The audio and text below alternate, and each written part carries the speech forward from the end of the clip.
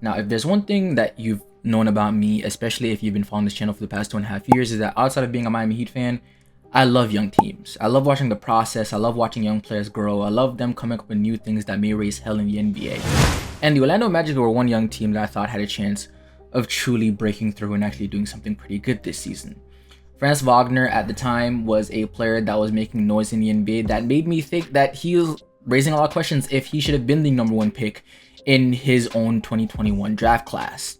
Paolo banchero coming to the NBA was an absolute amazing prospect. A prototype big for the NBA at the power forward spot, 6'10", extremely athletic, great finishing ability with some playmaking touch, and if his jumper was able to develop or at least show some flashes in just his first year, it could be a huge addition to his game.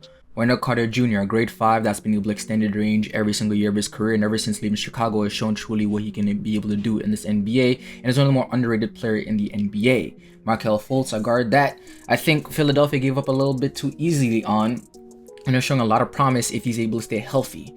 But a lot of things didn't really fall in place. One, Markelle Fultz wasn't healthy early in the first part of the season, and the Orlando Magic overall were still young. They really didn't play well, and they're making a lot of my takes look bad in the first 25 games of the season, going 5 of 20, being a 27th ranked offense, 27th ranked defense in the NBA, and by far one of the worst shooting teams in the NBA. A lot of problems, a lot of fixes. You look at a guy like Jalen Suggs that you drafted with a lottery pick a couple of years earlier. He just did not look like he was taking that elite of a jump that you expect him to. Of course, he struggled in his first year. You don't really write off guys that struggle in their first year, but he just didn't seem to stay healthy as much as you want him to. And even while increasing his 3-point percentage and overall offensive game, it just wasn't enough. Guys like Cole Anthony, that was the best young player on your roster a couple of years earlier, now is relegated to being a 6th man on this roster. It just didn't really look too great for this Orlando Magic team in the first couple parts of their season, but they're young, and not a lottery pick would be in for them in a very, very stacked draft class, even if they were very bad. But then it all seemed to click. With the return of lead guard Markelle Fultz, things seems to start to tighten for this Orlando Magic team. Defensively, they looked a lot better. They were ranked actually as a top 6 defensive team in the NBA. And for a young team, getting their bread and butter on the defensive end is not normal. But this Orlando Magic team is everything but normal. Having 2 great guards on the defensive end, and Markelle Fultz, who is very quick with his feet, great hands, and has shown that he's pretty good as a defender, especially being an oversized point guard. You look at Jalen Suggs, who's a very bulky, can knock guards off their lane of drive, quick hands, and overall very good on the defensive end too. Franz Wagner being extremely versatile, can guard, I would say, from 2s to 4s in this league pretty competently. Overall, while being one of the better offensive forwards in the NBA, even so young. Paolo banchero being the same way, especially with his athleticism. Now, he does have ways to grow on there because he did have some lapses on defensive end, but from a guy that won Rookie of the Year and you're now a franchise building piece, I think you can look past those lapses. And whether it's Mo Wagner or Wendell Carter Jr., I know either one of those guys are in the lineup, especially when Wendell was injured, and while he wasn't around for a lot of the winning streak they went on, Wendell still was a steady guy, and this team's overall, I would say, best shooter at times. So they found their bread and butter on the defensive end in that second half of the season. Now, with all that being said, they still have some holes to clog up on this team, and they still have a lot of questions to answer. One, the offense needs to get better for this roster, and that comes with getting a lot more shooting around these guys. Your best shooters in your starting lineup being your 3 and your 5 normally should be a luxury, but for the Orlando Magic, that's normally a detriment. Now, with Markelle Fultz not really having a 3-point jumper in his bag, and Jalen Suggs going up from 21% to 33% this season, is really good, still is below league average. And Paolo banchero's jump shot is a work in progress. Overall, you need some spacing on this roster, definitely, and that is something you need to look to fix coming in this draft. Also, this team definitely need to answer its injury concerns. Wendell Carter Jr., Jalen Suggs, and Markelle Fultz all have some spotty injury issues this season. Markelle Fultz played 60 games, which is pretty good, but you missed the entire first half of this season, and if he's not able to stay healthy for an entire season, I don't know if you can look to him to be your guard of the future. Jalen Suggs has had injury concerns since his AAU days, so even now, him coming to the NBA, it's not really that surprising that he's constantly getting injured and out of the lineup consistently. And again, only playing 53 games this year, you have to question whether he is also your guard of the future, even with the amount of potential these guys do have.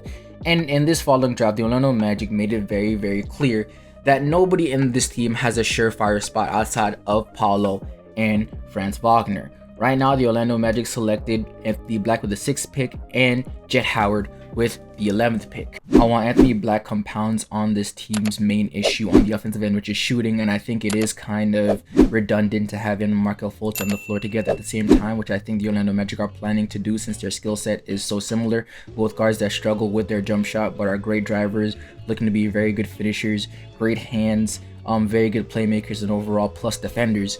It seems like the Orlando Magic is telling that Markelle Fultz and Jalen Suggs on this roster that, hey, if one of you guys don't start producing and upgrading your game, we have somebody here that can definitely replace you.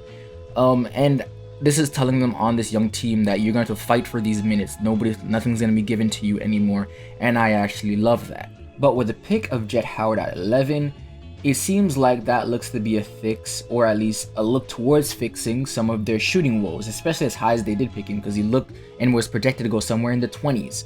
But Jet Howard is a 6'8", very physically gifted wing with a nice wingspan that showed that he, on a number of volume attempts, could be a very high volume 3-point shooter for any NBA team. While he only shot 35% overall as a freshman at Michigan, he did it in a pretty nice good amount of attempts at 7.3, and that should be kind of translatable to the NBA range with more training camp and summer league helping him get used to the actual length of the 3-point line. But overall, he also has some decent athleticism, can play above the rim, and has some self-creation in his own bag, especially with a overall pretty good mid-range game and a nice pull-up game. But most of his looks are going to be coming off ball, and most of his looks is going to become without the ball in his hands. Obviously, with a high efficiency, high IQ passers on this roster, like a Franz Wagner, like a Markelle Fultz, and now like an Anthony Black, he's going to be a primary target for a lot of those guys on the perimeter, especially on driving kicks. And he's going to have plenty of time to prove that he can hit those shots on a pretty consistent basis for this team. Overall, this Orlando Magic did a pretty good job in this draft, and I give them an overall B to a B+ in drafting. Only because some of the prospects that they did pick were either well above what some people projected them to be, and a little bit redundant to what's already on the roster. But overall, it still does make sense for this team. With that being said, I love that this team looked like they already found something in being a defensive-oriented team. They already have an identity, and they're not going to stop, and they're going to build on that. And that's what they also did in this draft. They were one of the league's most average to upper teams in the second half. Not even the second half, it's 3/4 of the damn season. Only the first like 25 games where they really just out of it completely. But they showed that they belonged in the NBA, and they were even fighting for a playing spot here and there in the last part of the season before they lost their last 4 games overall, which I think is probably kind of intentional on their own part.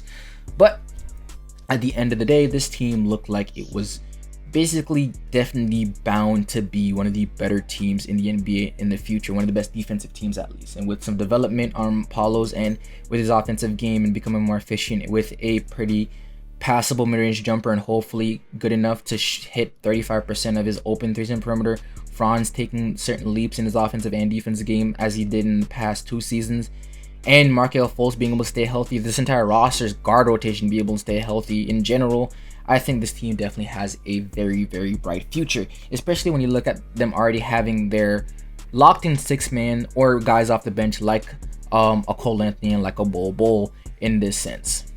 So I'm going to making the very out-of-the-way take again a second in a row and say the Orlando Magic not only have a chance to make the playoffs, but they'll definitely be a playing team and have a shot to actually do it this season as one of the youngest teams in the NBA. Please prove me right again this year. You guys are doing so great, and I thought I was going to be right again last year.